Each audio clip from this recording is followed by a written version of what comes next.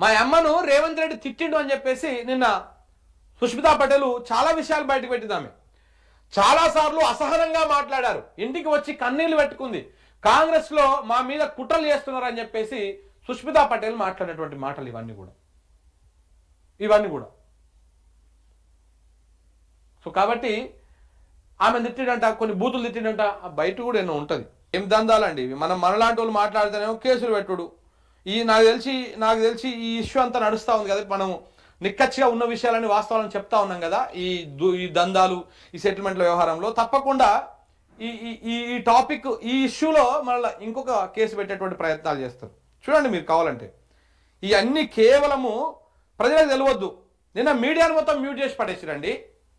Media మొత్తం mute అయిపోయింది. సిగ్గు లేదు మీడియాకి. ఎవడన్నా మాట్లాడిండా దీని మీద? ఆనో ఇన్నో ఒక 2-3 యూట్యూబ్ ఛానల్స్ తప్ప ఎవరు మాట్లాడారు? ఎందుకు మాట్లాడతలేరు? పోనీ ఇది అబద్ధమా? ఆమె మాట్లాడినటువంటి మాటలు అబద్ధమా? చెప్పాలి కదా మీడియా కూడా.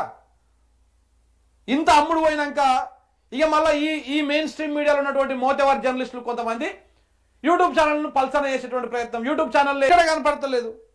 అసలు ఈ విషయం మీద చర్చనే లేదు. అసలు ఏం జరగలేదు, మాకేం వినపడలేదు, మా చెవులే పని చేయలేదు, మా కళ్ళే పని చేయలేదు అన్నట్టుగా ఉన్నది కథ చూస్తుంటే.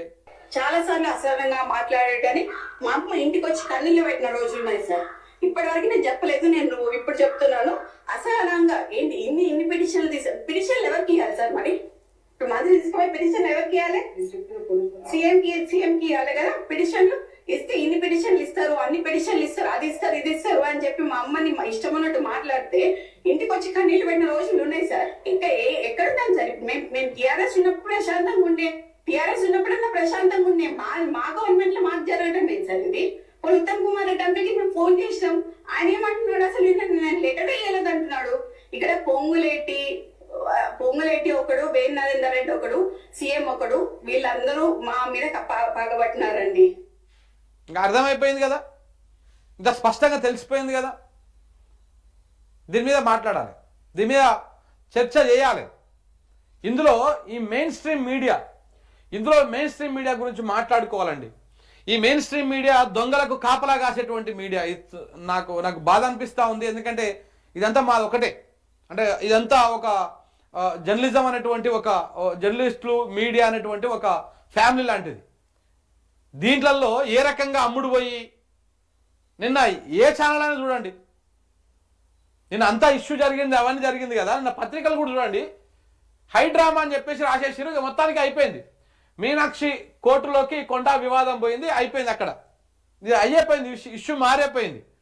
ఆమె చేసేటువంటి ఆరోపణల మీద ఒక్కడు కథనాలు రాయడు, ఒక్క పత్రిక రాయదు. చూడండి, ఇగో నన్ను ఇబ్బంది పెట్టే ప్రయత్నం జరుగుతోందని మాత్రం ఇట్లా పెట్టేసిరు అంతే. ఇక ఏది లేదు అసలు. నిన్న సుష్మితా పటేల్ మాట్లాడినటువంటి వ్యాఖ్యల మీద ఏ సంస్థ కూడా దాని మీద కనీసం క్రాస్ ఎగ్జామిన్ చేసేటువంటి ప్రయత్నం కూడా చేయలేదు. ఆమె వేసిన ఆరోపణలు ఎవరి మీద? ముఖ్యమంత్రి మీద చేసింది డైరెక్ట్గా. ముఖ్యమంత్రి ఒక అవినీతి పరుడు అని చెప్పేసి ఆమె ఇండైరెక్ట్గా ఆరోపణలు చేసినప్పుడు అది వాస్తవమా కాదా రాయాల్సినటువంటి, ప్రజలకు చెప్పాల్సినటువంటి బాధ్యత ఈ మీడియా సంస్థలకు లేదా? చూపించాలి కదా. రాయవు. ఇక ఇది ఫక్తు కాంగ్రెస్ పత్రికనైనా ఈ లెటర్ రాస్తారు. ఈ రాస్తే మంత్రి పదవులు పోతాయని చెప్పేసి ఎవరు రాయరు. ఈ సంస్థలను పెట్టుకొని మనము తెలంగాణ ప్రజలకు వాస్తవాలు తెలుస్తాయి అని అనుకుంటే అది అమాయకత్వం అవుతుంది. మనలాంటి వాడు రాస్తేనేమో బెదిరింపులు, కేసులు, ఈ రకంగా ఇబ్బందులకు గురి చేసేటువంటి ప్రయత్నాలు, ఇవన్నీ కూడా తెలంగాణ సమాజం గమనించాలి. మీడియా ఎవరి గుప్పిట్లో ఉన్నది? నిన్న ఎన్టీవీ చూడండి, నిన్న టీవీ9 చూడండి. టీవీ9 స్టార్టింగ్లో ఏదో కొంత కవర్ చేసిన తర్వాత మళ్ళీ మ్యూట్ ఆపేసింది. తెల్లారి వరకే ఏదో మాట్లాడుంటారు, ఏదో అయి ఉంటుంది, క్లోజ్ అయిపోయింది. ఏబిఎన్ చూడండి, రాలే. టీవీ5 చూడండి, టీవీ5 ఇంకా రివర్స్లో ఈమె మీదనే నెగిటివ్గా ప్రచారం స్టార్ట్ చేసిరు. కొండా సురేఖ అప్పట్లో ఇట్లా మాట్లాడింది, అప్పట్లో ఏమని మాట్లాడింది, ఇట్లా సమంత మీద, నాగ చైతన్య, కేటీఆర్ వీళ్ళందరి మీద చిల్లర వ్యాఖ్యలు చేసింది. ఇట్లా మాట్లాడతారా అండి అని చెప్పేసి నిన్న సాంబశివరావు గారు వచ్చి మాట్లాడతారు, సూక్తులు చెప్తారు. అదే సాంబశివరావు గతంలో ఫోన్ ట్యాపింగ్ ఇష్యూ అప్పుడు కొండా సురేఖ మాట్లాడినప్పుడు ఇంత జరిగిపోయిందంట, ఇంత అయిపోయిందంట మళ్ళీ అప్పుడు మాట్లాడేది. ఈ మీడియా సంస్థలా, ఇవి బ్రోకర్ సంస్థలా, ఇవి నిజంగా బీఆర్ఎస్ నాయకులు మాట్లాడే స్లాటర్ హౌస్లా ఏంటి ఇవన్నీ? మనుషులని ఏ రకంగా ఎట్లా వాడుకోవాలో అట్లా వాడుకుంటున్నాయి. అంతకుముందు అప్పుడేమో కొండా సురేఖ చేసిన వ్యాఖ్యలకు మద్దతు, నిన్ననేమో కొండా సురేఖ అప్పుడు మాట్లాడడం తప్పు నిన్నటి విషయంలో. ఎందుకంటే ఇప్పుడు ప్రభుత్వానికి ఆమె రివర్స్ గా పోతా ఉన్నది, దొంగతనం మొత్తం బయట పెడతా ఉన్నారు వాళ్ళ కుటుంబం. సో కాబట్టి ఇప్పుడు కొండా సురేఖదే తప్పు, ఆ రోజు రైటు.